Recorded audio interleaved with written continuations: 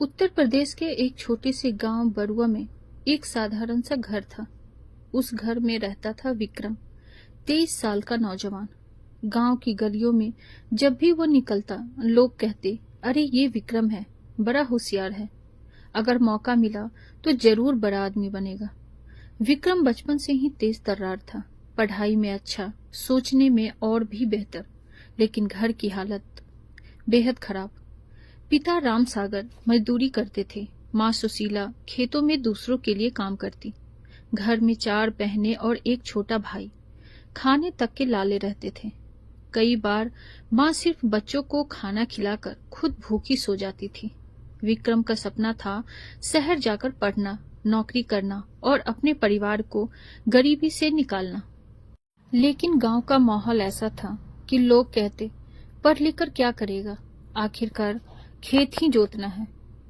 विक्रम को ये बातें चुभती थी। वह सोचता, अगर मैं भी हार मान लूं तो मेरी बहनें भी यूं ही बिन पढ़ाई के रह जाएंगी। 10वीं पास करने के बाद विक्रम ने पिताजी से कहा, बाबा, मैं आगे की पढ़ाई शहर जाकर करना चाहता हूँ। पिता ने सिर झुका लिया, धीरे से बोले, बेटा, दिल तो चाहता है, पर कहाँ से लाऊं इतने पैसे, खेत भी तो गिरवी रख चुके हैं। विक्रम चुप हो गया। उस रात उसने आसमान की तरफ देखा और खुद से वादा किया, कोई न कोई रास्ता मैं निकालूंगा। गांव के स्कूल में मास्टर शंभुनाथ थे। वे विक्रम को बहुत पसंद करते थे। एक दिन उन्होंने कहा, विक्रम, अगर पढ़ाई करनी है तो हारना मत, मैं जितना हो सके मदद करूंगा। मास्टर जी की मदद से विक्रम को शहर के कॉलेज में एडमिशन मिल गया। वह पार्ट टाइम नौकरी करके पढ़ाई करने लगा। हर महीने घर से चिट्ठी आती, बेटा, हम सब ठीक हैं, तू पढ़ाई पर ध्यान दे। लेकिन सच ये था कि घर में हालात और बिगड़ रहे थे। बहनों की शादी की चिंता, छोटे भाई की पढ़ाई और उस पर गरीबी का बोझ। विक्रम को सब पता था। वह शहर में भी जी तोड़ मेहनत करता ताकि कुछ कमाकर घर भेज सके। इसी बीच गांव में बाढ़ आ गई, खेत डूब गए, घर की दीवारें गिर गई, पिता बीमार पड़ गए। अब पूरा घर विक्रम की तरफ देखने लगा। उसे लगा मानो उसकी उम्र अचानक कई साल बढ़ गई हो। उसकी आंखों में नींद कम और जिम्मेदारियां ज्यादा थी। यहीं से विक्रम के संघर्ष और सपनों की असली कहानी शुरू होती है। उसकी राह आसान नहीं थी। गरीबी, समाज के ताने, अपनों की उम्मीदें और खुद के सपने सब उसके कंधों पर थे। जहां विक्रम को पहली बार अपने सपनों और हालात के बीच समझौता करना पड़ेगा। शहर में रहते हुए विक्रम की जिंदगी सुबह से रात तक संघर्ष से भरी थी। सुबह 5 बजे अखबार बांटने निकलना, फिर कॉलेज की क्लास, दोपहर में होटल में बर्तन धोना और शाम को ट्यूशन पढ़ाना। उसकी जेब में पैसे कम होते, लेकिन इरादे बड़े। हर महीने वह घर पैसे भेज देता था।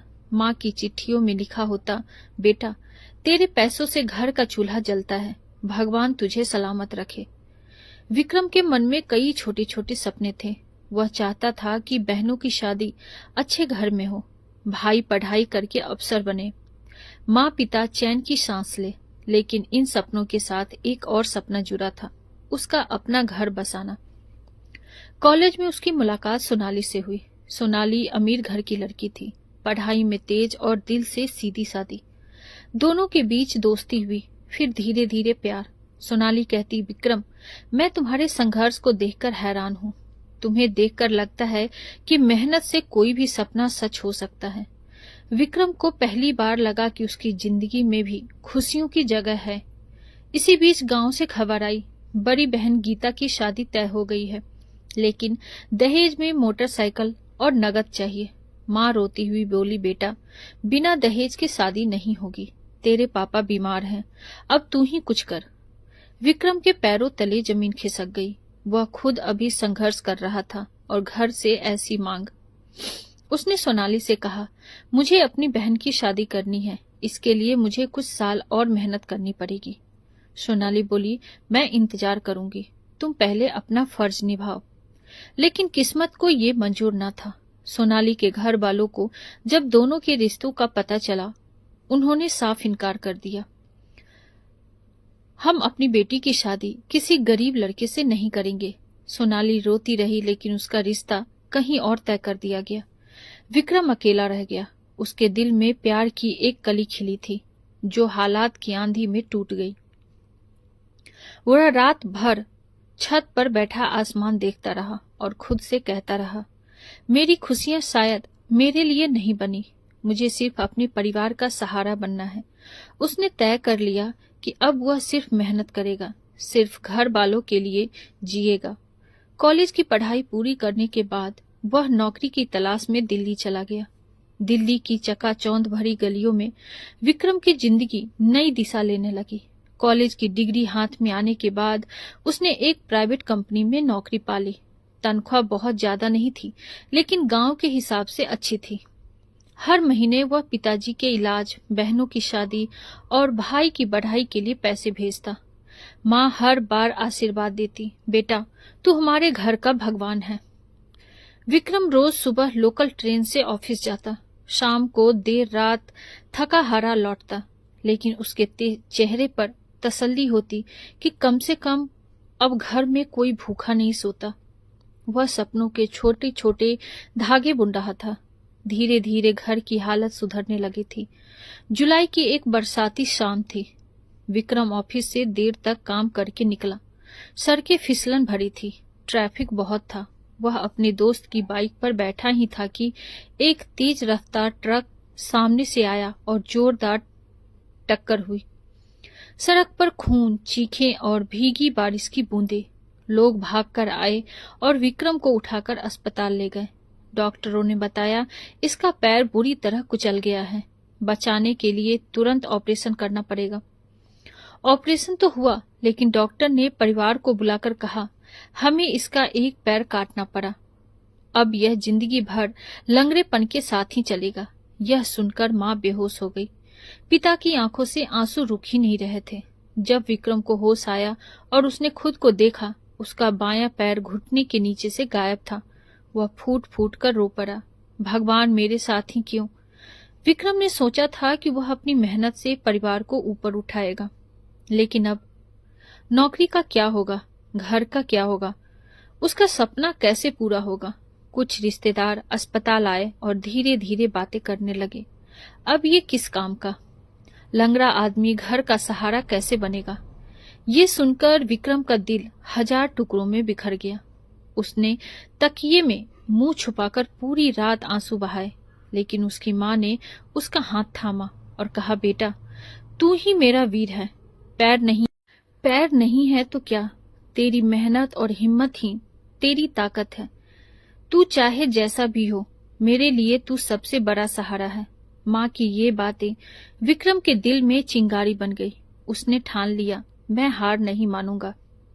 अस्पताल से छुट्टी मिलने के बाद विक्रम को वैसाखी का सहारा लेना पड़ा।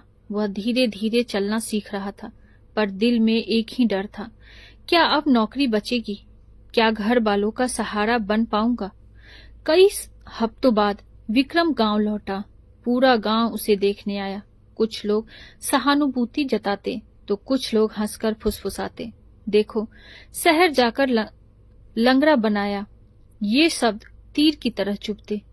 माँ आंसू पोंछकर बोली, लोगों की परवाह मत कर बेटा, तेरा मनोबल ही तेरी असली ताकत है। विक्रम का छोटा भाई राजेश और उसकी पत्नी पूनम पहले तो बहुत हमदर्दी दिखाते रहे।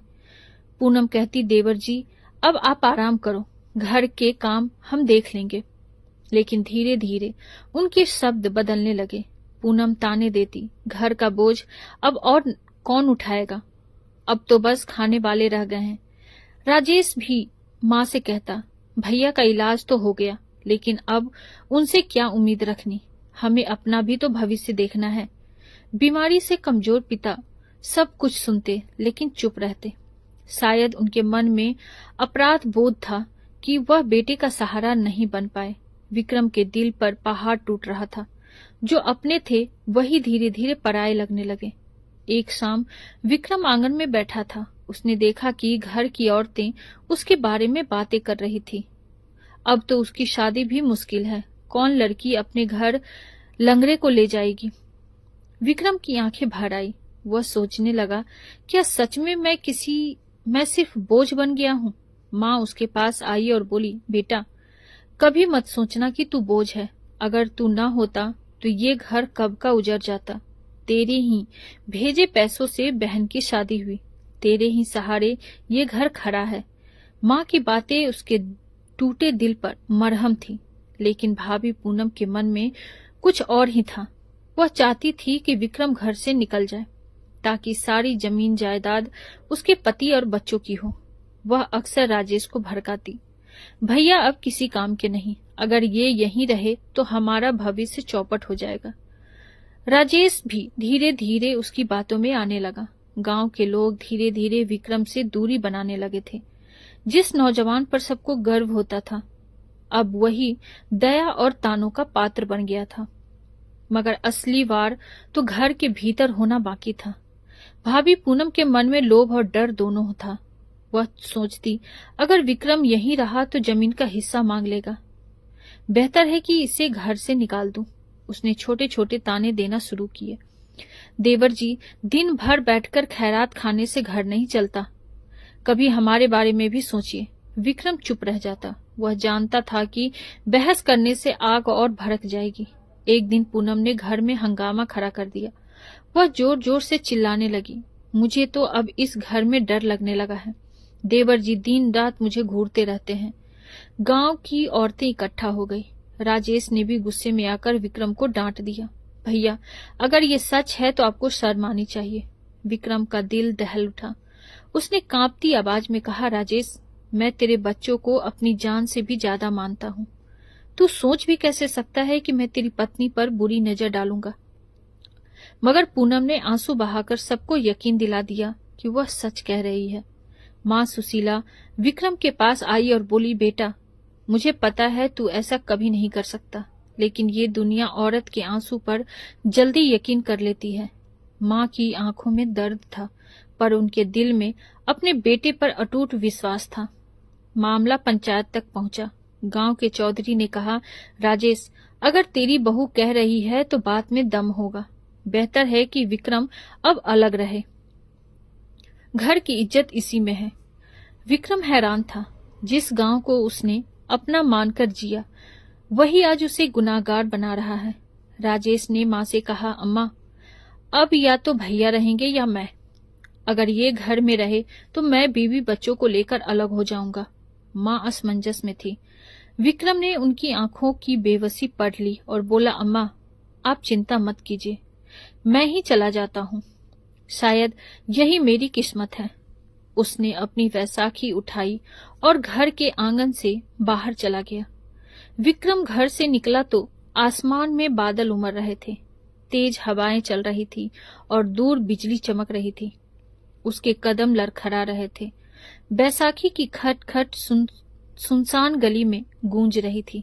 जिस घर में उसने अपनी पूरी जवानी खपा दी, आज वही घर उसके लिए पराया हो गया था।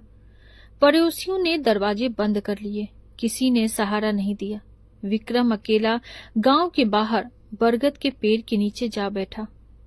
बारिश की मोटी मोटी बूंदें गिरने लगी। वह पूरी तरह भीग गया था। उस दिन सुबह से उसने कुछ खाया भी नहीं था। पेट में चूहे कूद रहे थे, लेकिन जेब में पैसे नहीं थे। उसने हाथ आसमान की ओर उठाया और कहा, हे भगवान, अगर यही मेरी किस्मत है तो मुझे अभी उठा ले। लेकिन आसमान खामोश रहा। सिर्फ बारिश की झमाझम आवाज उसके आंसुओं में मिल रही थी। बरसात में भीगते भीगते उसे माँ की याद आई। उनकी आंखें, उनका भरोसा, उनके शब्द, तू मेरा वीर है बेटा। विक्रम का दिल भर आया। उसने खुद से कहा, नहीं, मैं हार नहीं मान सकता। अगर मैं टूट गया तो माँ भी टूट जाएगी। उसी समय गांव से लौटते हुए एक बूढ़ा आदमी वहां रुका। वह था रामदयाल काका, जो अक्सर शहर में सब्जी बेचते थे। उन्होंने विक्रम को देखा और बोले, अरे बेटा, तू यहाँ इस हाल में क्यों बैठा है? विक्रम ने आंसू छुपाते हुए कहा, काका, घर से निकाल दिया गया हूँ, अब कहीं ठिकाना नहीं है। रामदयाल काका का दिल पिघल गया। उन्होंने उसे उठाया और अपने साथ छोटी सी झोपड़ी में ले गए। रामदयाल काका ने उसे सूखा कपड़ा दिया और कहा, बेटा, जिंदगी बड़ी कठिन है, पर भगवान उसी को आजमाता है जिसे कुछ बड़ा करना होता है। विक्रम ने पहली बार अंधेरे में उम्मीद की हल्की सी लौ देखी। यह बरसात की रात विक्रम की जिंदगी का सबसे बड़ा मोड़ था। यहीं से उसका संघर्ष एक नई दिशा लेगा। बरसात की रात की ठंड और तकलीफ के बाद विक्रम ने पहली बार रामदयाल काका की झोपड़ी में चैन की नींद ली। सुबह जब सूरज की किरणें झोपड़ी में आई, उसके दिल में भी एक नई रोशनी आई। रामदयाल काका ने उसे पानी दिया और बोला, बेटा, इंसान को जीने के लिए उम्मीद चाहिए। अगर तू मेहनत करेगा तो तेरा कल जरूर बदलेगा। विक्रम ने बैसाखी संभाली और दृढ़ स्वर में कहा, काका, अब मैं किसी पर बोझ नहीं बनूंगा। अपने पैरों पर खड़ा होना ही मेरी सबसे बड़ी जीत होगी। काका ने उसे पास के खेतों में काम दिलाने की कोशिश की, लेकिन ज्यादातर किसान बोले, अरे ये लंगड़ा क्या काम करेगा, हमें तो तेज तर्रार मजदूर चाहिए। यह सुनकर विक्रम का दिल टूटने को हुआ, मगर उसने हार नहीं मानी। अंत में एक किसान हरि नारायण ने कहा, चलो मैं इसे हल्का काम दे देता हूँ, खेत की देखभाल और मवेशियों को चारा डालना। शाम को उसे पहली बार अपनी मेहनत की मजदूरी मिली, 50 रुपए और एक थाली गर्म खाना। उसने थाली देखते ही आंखों में आंसू भर लिए। इतने दिनों बाद मैं अपनी मेहनत की कमाई खा रहा हूँ। उसने काका को प्रणाम किया और कहा, अब चाहे कितना भी संघर्ष हो, मैं पीछे नहीं हटूंगा। दिन बीतने लगे। विक्रम ने खेत के छोटे मोटे काम सीखे, मवेशियों से लगाव किया और धीरे धीरे उसका भरोसा जीतने लगा। गांव के लोग जो कभी उसे तिरस्कृत करते थे, अब उसके धैर्य और परिश्रम से प्रभावित होने लगे। एक दिन रामदयाल काका के हाथ माँ की चिट्ठी लगी थी। लिखी चिट्ठी आई। उसमें लिखा था, बेटा विक्रम, मुझे तुझ पर गर्व है। मुझे पता है तू सच्चाई और मेहनत से एक दिन सबको जवाब देगा। तेरी माँ हमेशा तेरे साथ है। चिट्ठी पढ़ते ही विक्रम की आंखों में आंसू भर आए। उसे लगा जैसे माँ की दुआओं ने उसे नई ताकत दे दी हो। इस सुबह ने विक्रम की जिंदगी को दिशा दी। अब उसका संघर्ष सिर्फ जीने का नहीं, बल्कि साबित करने का था। खेत और मवेशियों का काम करते हुए विक्रम धीरे धीरे आत्मनिर्भर बनने लगा था, लेकिन उसके दिल में एक चुभन थी। क्या मेरी दुनिया बस खेत तक ही सीमित रह जाएगी? रामदयाल काका ने एक दिन कहा, बेटा, असली जिंदगी कस्बे की मंडी में है, वहां से ही व्यापार चलता है। अगर सीखना है तो वहीं जाकर देख। अगली सुबह विक्रम ने हिम्मत जुटाई और बैसाखी के सहारे कस्बे की ओर निकल पड़ा। धूल भरी सड़क पर चलते हुए उसके मन में तरह तरह के विचार थे। क्या लोग मेरा मजाक उड़ाएंगे? क्या कोई मुझे काम देगा? लेकिन वह रुका नहीं, क्योंकि अब उसके पास माँ की चिट्ठी से मिली ताकत थी। कस्बे की मंडी पहुंचते ही उसकी आंखें चौंधिया गई। चारों ओर शोरगुल, सब्जियों की बोली, अनाज की बोरियां, ठेले वालों की पुकार। लोग इधर उधर भाग दौड़ कर रहे थे। विक्रम पहली बार इतने बड़े बाजार में आया था। दिल में डर था, लेकिन हिम्मत भी। विक्रम ने एक सब्जी व्यापारी रामलाल से काम मांगा। रामलाल हंसते हुए बोला, अरे तू तो लंगड़ा है, बोरी कैसे उठाएगा? विक्रम ने जवाब दिया, बोरी नहीं उठा सकता, लेकिन हिसाब किताब रख सकता हूँ, तौलने में मदद कर सकता हूँ, लोगों से पैसे ले सकता हूँ। रामलाल उसकी बातों से प्रभावित हुआ और बोला, ठीक है, देखता हूँ तुझ में क्या दम है। रामलाल ने उसे तौल के पास बैठा दिया। विक्रम ने पूरे ध्यान से काम किया।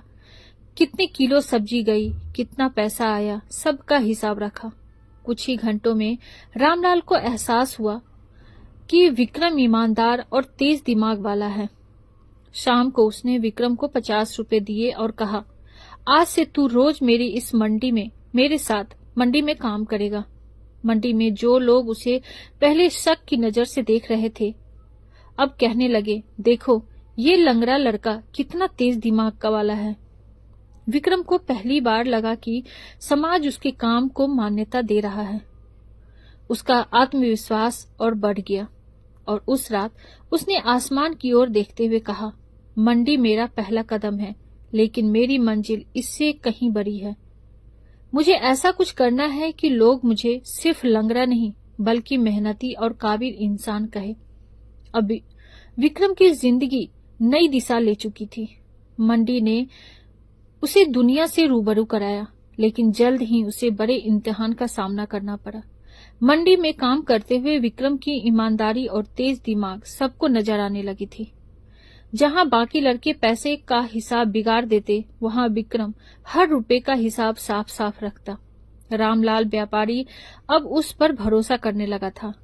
वो कई बार कहता, अगर मेरे पास 50 विक्रम जैसे लड़के हों तो मैं कभी घाटे में ना जाऊं। लेकिन यही भरोसा कुछ लोगों की आंखों में खटकने लगा। मंडी में 2 पुराने मुनीम थे, रघु और शंकर। दोनों सालों से मंडी में काम कर रहे थे और अक्सर हिसाब किताब में हेरा फेरी करके अपना फायदा निकालते थे। जब उन्होंने देखा कि विक्रम ईमानदारी से काम करता है और मालिक उससे खुश है, तो उनके मन में ईर्ष्या की आग जल उठी। शंकर ने कहा, अगर ये लंगड़ा लड़का ऐसे ही चलता रहा तो हमारी दाल रोटी बंद हो जाएगी। रघु बोला, हमें इसे नीचा दिखाना होगा, वरना सब व्यापारी इसी को रख लेंगे। रघु और शंकर ने तय किया कि विक्रम पर चोरी का इल्जाम लगाया जाएगा। उन्होंने रात को 1 बोरी आलू गुम कर दी और मंडी में फैला दिया। सुना है नया लड़का बोरी लेकर भाग गया है। सुबह जब हंगामा मचा तो सबकी उंगली विक्रम पर उठी। रामलाल ने भी गुस्से में कहा, विक्रम, तूने ही चोरी की है। ये सुनकर विक्रम के दिल पर जैसे चोट लगी। उसने कांपती आवाज में कहा, मालिक, मैंने कभी चोरी नहीं की। मैं भूखा रह सकता हूँ, लेकिन बेईमानी नहीं करूंगा। मंडी के कुछ लोग बोले, सब नाटक है, यही चोर है। उसकी आंखों में आंसू आ गए। उसे लगा जैसे सारी मेहनत, सारी इज्जत एक पल में मिट गई हो। रामदयाल काका को जब ये खबर मिली तो वो मंडी पहुंचे। उन्होंने कहा, मैं इस लड़के को जानता हूँ, ये कभी चोरी नहीं कर सकता। अगर बोरी गायब हुई है तो असली चोर भी यही होगा। रामलाल ने सबको समझाया और बोला, ठीक है, अगर विक्रम निर्दोष है तो सच सामने आना चाहिए। कुछ दिनों बाद मंडी में ही किसी ने रघु और शंकर को चोरी किए आलू बेचते देख लिया। सारा सच सामने आ गया। लोग गुस्से से बोले, हमें धोखा देने वाले ये दोनों हैं, विक्रम निर्दोष है। रामलाल ने सबके सामने विक्रम से माफी मांगी और कहा, बेटा, तू सच में ही हीरे जैसा है। अब से तू मेरे सबसे भरोसेमंद आदमी रहेगा। विक्रम की आंखों में आंसू आ गए, लेकिन इस बार दर्द के नहीं, गर्व और राहत के आंसू थे। उसने सोचा, सच चाहे देर से ही सही, पर जीतता जरूर है। इस घटना ने विक्रम को और मजबूत बना दिया। अब मंडी के लोग उसे सिर्फ एक मजदूर नहीं, बल्कि ईमानदारी और साहस की मिसाल मानने लगे। रघु और शंकर की चालाकी बेनकाब होने के बाद मंडी में विक्रम की ईमानदारी की गूंज फैल गई। अब लोग उसे लंगड़ा लड़का नहीं कहते थे, बल्कि सच्चा मुनीम कहकर पुकारते थे। मंडी में रोज अनाज और सब्जियों का लेन देन होता था। कभी कभी कस्बे के बड़े व्यापारी भी मंडी का चक्कर लगाते थे। एक दिन बंसल साहब, जो कस्बे के नामी अनाज व्यापारी थे, रामलाल की दुकान पर पहुंचे। उन्होंने देखा कि विक्रम कितनी लगन और ईमानदारी से हिसाब किताब लिख रहा है। किसी से पैसे लेते समय भी उसने सटीक तौल और साफ साफ हिसाब रखा। बंसल साहब ने मुस्कुराकर कहा, रामलाल, ये लड़का कहाँ से लाया तूने? उसकी आंखों में तो सच्चाई साफ झलक रही है। रामलाल ने गर्व से कहा, ये विक्रम है, मेरी दुकान की जान। बंसल साहब ने विक्रम को बुलाकर पूछा, बेटा, क्या तू मेरे गोदाम में काम करना चाहेगा? वहाँ हिसाब किताब का बड़ा काम है, लेकिन ईमानदार आदमी चाहिए। विक्रम ने सिर झुकाकर कहा, साहब, मेरे पास ज्यादा पढ़ाई नहीं है, लेकिन मेहनत और सच्चाई है। बंसल साहब मुस्कुराए, बस यही तो चाहिए। कल से मेरे गोदाम में आ जा। अगले दिन से विक्रम गोदाम में काम करने लगा। वहां बड़ी बड़ी गाड़ियां आती, बोरियों का हिसाब रखना पड़ता। सैकड़ों रुपए का लेन देन रोज होता। विक्रम ने पूरी निष्ठा से काम किया। कुछ ही हफ्तों में सब उसे भरोसे की नजर से देखने लगे। एक दिन कस्बे में व्यापारियों की बैठक हुई।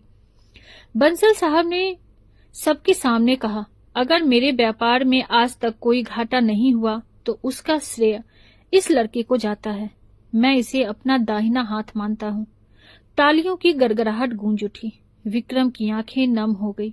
उसे याद आया, वही लोग जो मुझे बोझ समझते थे, आज वही लोग मेरी ईमानदारी का सम्मान कर रहे हैं। उस रात विक्रम छत पर बैठा आसमान को देख रहा था। उसके मन में विचार आया, ईश्वर ने मुझसे एक पैर जरूर छीन लिया, लेकिन बदले में मुझे साहस और हिम्मत दे दी। शायद यही मेरी सबसे बड़ी ताकत है। विक्रम अब मंडी का एक छोटा मजदूर नहीं रहा। वह कस्बे के व्यापारियों के बीच अपनी पहचान बना चुका था। लेकिन यह तो सिर्फ शुरुआत थी। उसकी जिंदगी में जल्द ही एक बड़ा मोड़ आने वाला था। कस्बे में नाम और सम्मान पाने के बाद विक्रम का आत्मविश्वास और बढ़ गया था। लेकिन इंसान की असली परीक्षा सिर्फ काम या पैसे से नहीं होती, बल्कि रिश्तों से होती है। एक दिन बंसल साहब अपनी बेटी संध्या को गोदाम लेकर आए। संध्या कॉलेज में पढ़ती थी और अक्सर पिता की मदद करती थी। उसकी नजर पहली बार विक्रम पर पड़ी। विक्रम झुककर हिसाब लिख रहा था। उसके चेहरे पर पसीना था, मगर आंखों में ईमानदारी की चमक। संध्या ने मन ही मन सोचा, ये लड़का भले ही गरीब और अपंग है, लेकिन इसके अंदर कुछ अलग है। धीरे धीरे संध्या और विक्रम के बीच बातचीत बढ़ी। वह कभी चाय लाती तो कभी विक्रम को भी दे देती। कभी कभी उसे पूछती, विक्रम भाई, आपने पढ़ाई कहाँ तक की? विक्रम मुस्कुराकर कहता, संध्या जी, पढ़ाई तो कम हुई, लेकिन जिंदगी ने बहुत कुछ सिखा दिया। इस सादगी और सच्चाई ने संध्या को और प्रभावित किया। समय बीतते बीतते संध्या को महसूस हुआ कि वह विक्रम की ईमानदारी और संघर्ष से प्रभावित होकर उससे दिल लगाने लगी है। लेकिन यह आसान नहीं था। वह बड़े घर की बेटी थी और विक्रम गरीब मजदूर। समाज ऐसे रिश्ते को कभी स्वीकार नहीं करता। एक दिन बंसल साहब ने देखा कि संध्या और विक्रम बातें कर रहे हैं। उन्होंने गुस्से में कहा, संध्या, तू इस मजदूर से बातें क्यों कर रही है? ये तेरे लायक नहीं है। संध्या ने धीरे स्वर में कहा, पापा, इंसान की असली पहचान उसकी ईमानदारी है, न कि उसका पैसा या शरीर। बंसल साहब भड़क उठे। चुप रह, मैं तुझे किसी रईस घराने में ब्याह दूंगा, इस लंगड़े गरीब से नहीं। जब विक्रम को यह सब पता चला तो उसका दिल टूट गया। उसने संध्या से कहा, संध्या जी, आप जैसे फूल मेरे जैसे कांटे के साथ खुश नहीं रह सकते। आपको अपने पापा की इज्जत रखनी चाहिए। संध्या रो पड़ी। विक्रम, तुम खुद को इतना छोटा क्यों मानते हो? मेरे लिए तुम सबसे बड़े इंसान हो। लेकिन विक्रम ने अपनी आंखों में आंसू रोकते हुए कहा, नहीं संध्या, मैं तुम्हारे लिए दीवार नहीं बनना चाहता। उस रात विक्रम ने तारे देखते हुए सोचा, रिश्तों की कसौटी सबसे कठिन होती है। कभी कभी हमें अपने दिल को दर्द देकर भी दूसरों की खुशी चुननी पड़ती है। यह अनुभव विक्रम के लिए सबसे गहरा घाव था। काम और सम्मान तो उसने जीत लिया था, लेकिन दिल का रिश्ता उसने खुद खो दिया। अब उसकी जिंदगी एक और मोड़ लेने वाली थी। संध्या से अलग होने का दर्द विक्रम के दिल में गहराई तक बस गया था, लेकिन इस दर्द ने उसे तोड़ा नहीं, बल्कि और मजबूत बना दिया। उसने ठान लिया, अब मैं अपनी जिंदगी को इतना बड़ा बनाऊंगा कि लोग मुझे मेरी कमी से नहीं, मेरी मेहनत और पहचान से जाने। बंसल साहब भले ही रिश्ते के खिलाफ थे, लेकिन वो विक्रम की ईमानदारी को नकार नहीं सकते थे। उन्होंने धीरे धीरे उसे गोदाम का पूरा जिम्मा सौंपना शुरू कर दिया। विक्रम ने नई तरकीबें निकाली। अनाज की बोरियों को सही तरह से जमाना, तौल में गड़बड़ी न होने देना और किसानों को समय पर भुगतान करना। इससे बंसल साहब का व्यापार तेजी से बढ़ा। विक्रम अब सिर्फ एक मुनीम नहीं था, बल्कि व्यापार का मुख्य आधार बन गया था। कस्बे में लोग कहते, अगर ईमानदारी देखनी हो तो विक्रम से सीखो। जिसे सब लंगड़ा समझते थे, आज वही सबकी आंखों का तारा है। गांव के बुजुर्ग जो कभी उसे तिरस्कृत करते थे, अब उसके पास आकर आशीर्वाद देते हैं। विक्रम के भीतर आत्मसम्मान का दीपक जल उठा। संध्या अब भी विक्रम को दूर से ही देखती और गर्व करती। बंसल साहब, जिन्होंने कभी उसे ठुकरा दिया था, अब मन ही मन मानने लगे कि विक्रम जैसा जमाई किसी को नसीब हो तो भाग्य बदल जाए। लेकिन विक्रम ने कभी इस विषय को आगे नहीं बढ़ाया। उसका ध्यान अब पूरी तरह अपने कर्म और समाज की सेवा पर था। कुछ सालों बाद विक्रम ने अपनी कमाई से कस्बे में एक विद्यालय शुरू किया। उसने कहा, मैं नहीं चाहता कि कोई बच्चा मजबूरी में अधूरा रह जाए, जैसे मैं रह गया। यह स्कूल हर गरीब के लिए मुफ्त होगा। बच्चों की किलकारियां सुनकर उसका दिल भर आया। अब उसे लगा कि उसकी जिंदगी का असली मकसद यही है। उसकी माँ, जो अब बूढ़ी हो चली थी, स्कूल के उद्घाटन पर आई। उन्होंने विक्रम के सिर पर हाथ रखकर कहा, बेटा, तूने मेरे सपनों से भी बड़ी मंजिल हासिल की है। तेरा संघर्ष आज पूरे समाज की रोशनी बन गया है। विक्रम की आंखों में आंसू छलक पड़े। उस रात अकेले छत पर बैठकर उसने तारे देखे और सोचा, ईश्वर ने मुझे अधूरा नहीं बनाया। उसने मुझे बस एक अलग राह पर भेजा था, ताकि मैं औरों की जिंदगी में उजाला फैला सकूं। आज विक्रम को किसी सहारे की जरूरत नहीं थी, न वैसाखी की, न किसी रिश्ते की मान्यता की, क्योंकि उसका असली सहारा उसकी ईमानदारी, मेहनत और आत्मसम्मान था। वो अब सिर्फ विक्रम नहीं, बल्कि पूरे कस्बे के लिए संघर्ष और सफलता की मिसाल था। इंसान की पहचान उसकी कमी से नहीं, उसके मेहनत से होती है। रिश्तों की असली नींव पैसा नहीं, बल्कि ईमानदारी और चरित्र है। जो खुद संघर्ष करता है, वही समाज के लिए रोशनी बनता है।